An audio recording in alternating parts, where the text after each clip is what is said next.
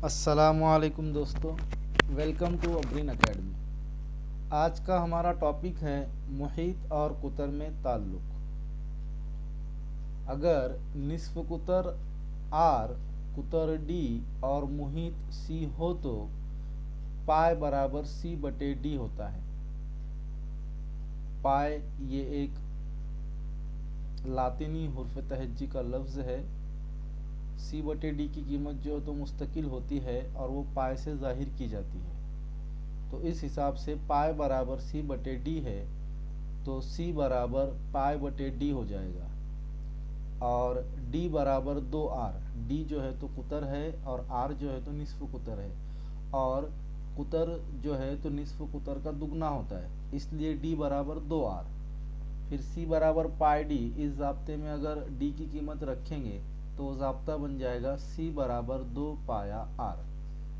तो इस तरह से मुहीत की कीमत मालूम करने के लिए ज़ाब्ता है सी बराबर 2 पाया आर। और आमतौर पर पाए की कीमत 22/7 या 3.14 होती है। आइए इसके ऊपर मिसाल हल करते हैं।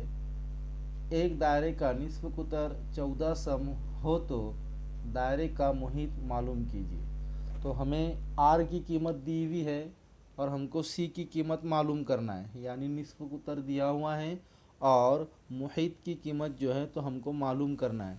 तो हमारे पास ज़ाब्ता है सी बराबर 2 पाया आर, और पाए की कीमत हमें लेना है 22/7। तो सी बराबर 2 ज़र्ब पाए की कीमत 22/7 ज़र्ब आर की कीमत 14।